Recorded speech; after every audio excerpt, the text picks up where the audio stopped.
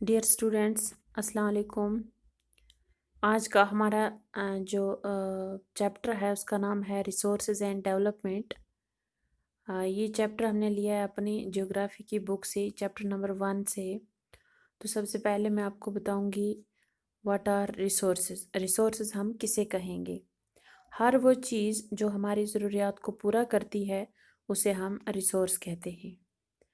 Resources are those things which we get by our environment and satisfy our needs are called resources.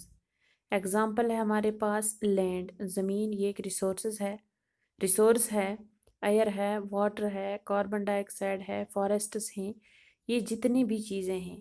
تو جو چیزیں on above and under the surface of earth جو ہماری need پورا کرتی ہیں انہیں ہم ریسورسز کہتے ہیں۔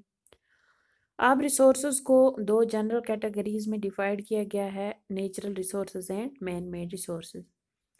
Natural resources are those resources which we get by nature, جو اللہ تعالیٰ نے ہمیں دیے ہیں، جیسے فروٹس ہیں، ویجیٹیبلس ہیں، ہمارے پاس نیچرل ویجیٹیشن ہے، یہ نیچرل ریسورسز ہیں، ایئر ہیں، لینڈ ہے، فارسٹس ہیں، واٹر ہیں، یہ سارے نیچرل ریسورسز ہیں، یعنی کہ جو چیزیں ہم قدرت سے حاصل کرتے ہیں، جو قدرتی ہمارے پاس ہیں۔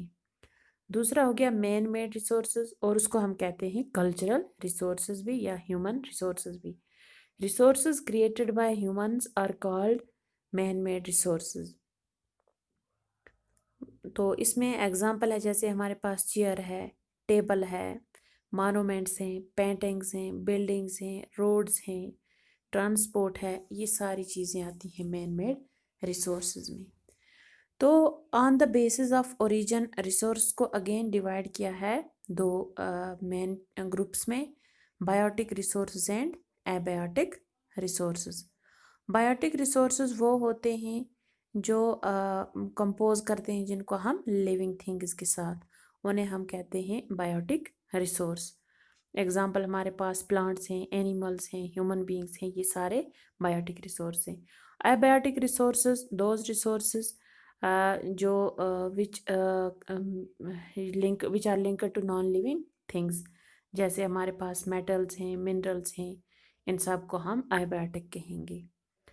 پھر آگے جا کے ریسورسز کو again types of resources on the base of exhaustibility, یعنی کہ کون سے ریسورسز جو ہم ایگزاسٹ ہو جاتے ہیں، وچ ونس یوزڈ گیٹ ایگزاسٹڈ، تو یا جو دوسرے ہیں وہ رہتے ہیں، جن کو ہم بار بار یوز کرتے ہیں۔ تو وہ 2 میں ہیں، 2 ٹائپس میں، renewable resources and non renewable resources. Renewable resources are those resources which are called which can be used again and again are called renewable resources۔ Example ہیں forests, electricity. Non renewable resources are those resources which can not be recycled and get exhausted with their use are called non renewable resources. Example جیسے fossil fuels ہیں ہمارے پاس، تو یہ سارے naan renewable resources ہیں۔ تو پھر ہمارے پاس آگے جا کے ریسورسز جو ہیں ان کو اگین کلاسیفائی کیا ہوا ہے آن دا بیس آف مطلب اونرشپ، جیسے انڈیویجول ریسورسز ہیں، کمیونٹی بیسڈ ریسورسز ہیں ہمارے پاس۔ انڈیویجول ریسورسز کیا ہوتے ہیں؟ Those resources which have right only one people are called individual resources۔ تو پھر اسی کے ساتھ ہمارا جو دوسرا ہے community resources, those resources which come under a member of community are called community owned resources۔ Example اس میں آتے ہیں پبلک پارکس ہیں، ٹیمپلس ہیں، اسکولس ہیں، ایٹسٹرا۔ پھر types of resources on the base of state of development, تو وہ ہیں ہمارے پاس potential resources and developed resources. Potential resources are those resources which are found in a region، تو ان کو ہم کہتے ہیں potential resources. Developed resources are those resources in which available resources used to its potential is called developed resources۔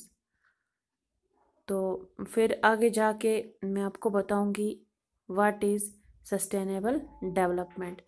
Sustainable development means development should take without damaging the environment.